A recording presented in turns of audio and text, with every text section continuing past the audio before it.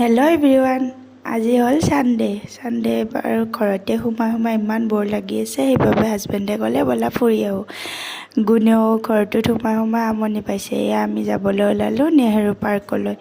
আহি ৰাস্তাতে পালোঁ বৰষুণ। এনেদৰে অকণমান ৰখি আমি পালোঁ নেহেৰু পাৰ্ক। এয়া চাওকচোন, আই লাভ গুৱাহাটীৰ লগতো ইমান ভাল লাগিছে।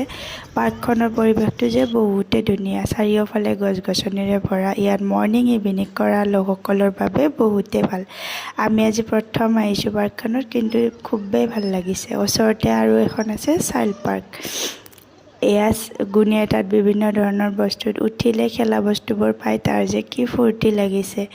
ইয়াত বহুতো বাচ্ছাই খেলি আছে। বাচ্ছাবোৰক ইয়াত খেলাবলৈ আনিব পাৰে।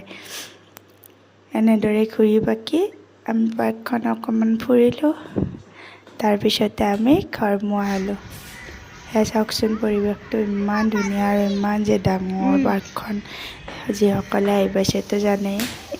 এইটো এটা পানীৰে ফোৱাৰা আছে, ইমান ভাল লাগিছে ওচৰৰ পৰা চাই। তাৰপিছতে এয়া পাৰ্কখন ঘূৰি পাকি আমি ঘৰৰ ফালে ৰাওনা হ'লোঁ। Bye bye. ভিডিঅ'টো ভাল লাগিলে প্লিজ এটা ধুনীয়া কমেণ্ট দিব।